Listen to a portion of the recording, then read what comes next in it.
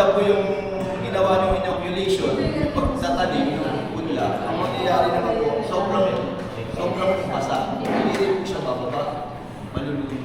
So, yun po yung tamang posture. Pag binigay niyo yan po, hindi talaga yan pag pinagay. Hindi po bababa. Ito po yung tama-tama lang po ito.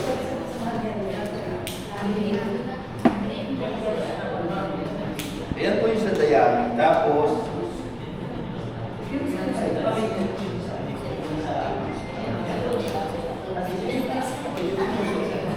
Alan? yung sa